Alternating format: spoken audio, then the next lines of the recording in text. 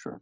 Well, the American media is always rife with speculation of any president's health. I mean, this goes back to a situation when the American media made the decision in collaboration with President Roosevelt, FDR, to conceal his handicap. And of course, after the war and after his death, the media decided that was not appropriate and focused and covered the president's health very aggressively. The case was President Eisenhower's heart attack right before he announced he was going to run for a second term. So, speculation by the media on the president's health in the United States is always a hot topic, and that should be a very serious matter for consideration, given the fact that the president not only has responsibility over the affairs of the United States, but exercises a great amount of influence throughout the globe. Now, with regard to Donald Trump, he's a man that is 72 years old. Joe Biden, there's been a lot of speculation on his health. He's 78. I personally think it's a sad situation that Americans have to choose between these two very, very elderly individuals, very narrow, shall I say, narrow perspectives on in worldview.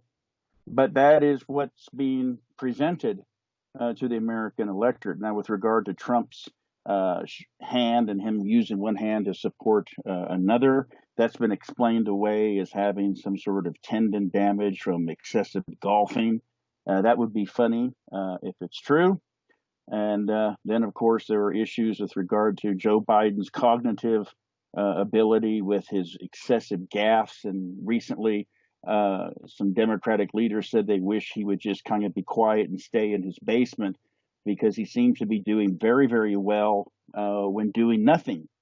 So this is the state of affairs in terms of health. You might recall during the 2016 election, Hillary Clinton was dodged with a great amount of speculation on her health, and yet she seems to be alive and well and having any major complications. It is interesting that these individuals, whether they are the president or the presidential candidates, they are a very, very uber elite that enjoy the most supreme health care that the United States can offer, something that its citizens and people around the globe certainly do not have access to, which I think is rather an interesting dynamic in and of itself, which really isn't discussed much in public.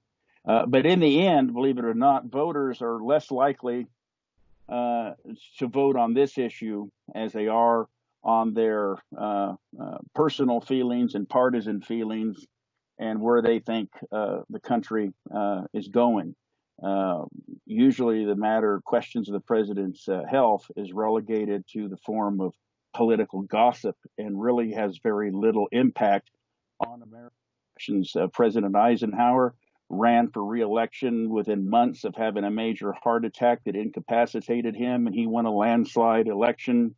Ronald Reagan was severely wounded in an assassination attempt and went on to win re-election in a landslide, a 49-state landslide. That's not to say that Donald Trump enjoys the popularity of Eisenhower and Reagan. He has some severe political handicaps, namely his, shall we say, narcissistic political personality and very narrowing political base. But we will see what November brings.